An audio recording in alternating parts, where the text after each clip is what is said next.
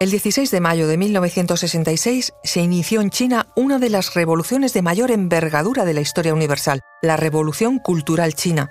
Su objetivo era preservar el sistema comunista implantado en China en 1921, como extensión de la revolución bolchevique en Rusia. Según sus ideólogos, en la década de 1960-1970, había ya elementos burgueses que estaban corrompiendo con tintes capitalistas el comunismo impuesto tras la guerra civil acaecida 20 años atrás.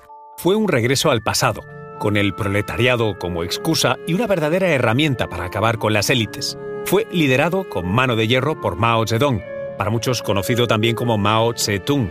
Pero, ¿sabíais que este líder, responsable de la muerte en tiempos de paz de más de 70 millones de personas hasta su fallecimiento en 1976, había sido hijo de campesinos y que en su infancia soñaba con dedicarse a la enseñanza e incluso se llegó a licenciar en magisterio?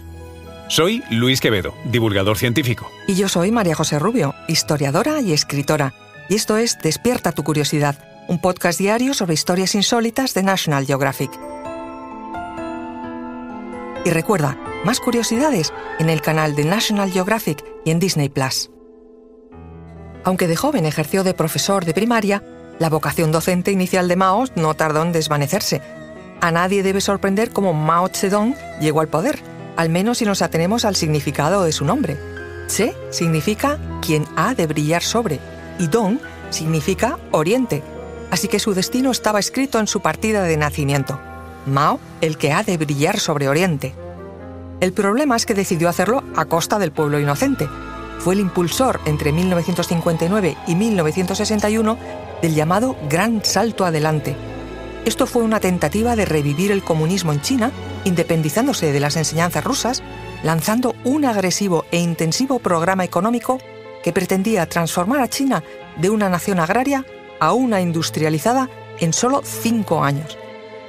El plan se tradujo en la colectivización forzosa de millones de chinos y el sacrificio de su tradicional economía agrícola, y produjo la llamada Gran Hambruna China, responsable de la muerte en apenas 3 años y, según las últimas estimaciones, de 70 millones de personas. Mao fue sin duda un individuo particular. Una vez en el poder, llegó a decir que su padre había sido una mala persona y que si estuviera vivo habría que hacerle el avión. Esto es, lanzarle al vacío en pleno vuelo. Pero no es esa la única perla que salió de su boca. En 1957, ante la posibilidad de una guerra nuclear contra los norteamericanos, le dijo a sus colegas rusos: «Es posible que perdamos más de 300 millones de personas». ¿Y qué? Se trataba principalmente de cerrar la boca a todos los que pusiesen en tela de juicio sus objetivos, y la forma que encontró fue hacerlo desde la base: la educación y la prohibición de críticas u opiniones a la revolución. Fruto de esta línea nacieron los Guardias Rojos, estudiantes y jóvenes radicalizados que se desplegaron por el país para defender las teorías y órdenes de Mao. A ellos se sumaron obreros y campesinos voluntarios con una sola misión: perseguir a toda persona sospechosa de capitalista. La misma caza de brujas que tuvo a los comunistas como víctimas en Estados Unidos en la década de 1950. Mientras en Estados Unidos se condenó por comunistas a directores y guionistas de cine por sus películas, en China fueron castigados por capitalistas, cultivadores de flores o coleccionistas de sellos que ejercían actividades demasiado burguesas.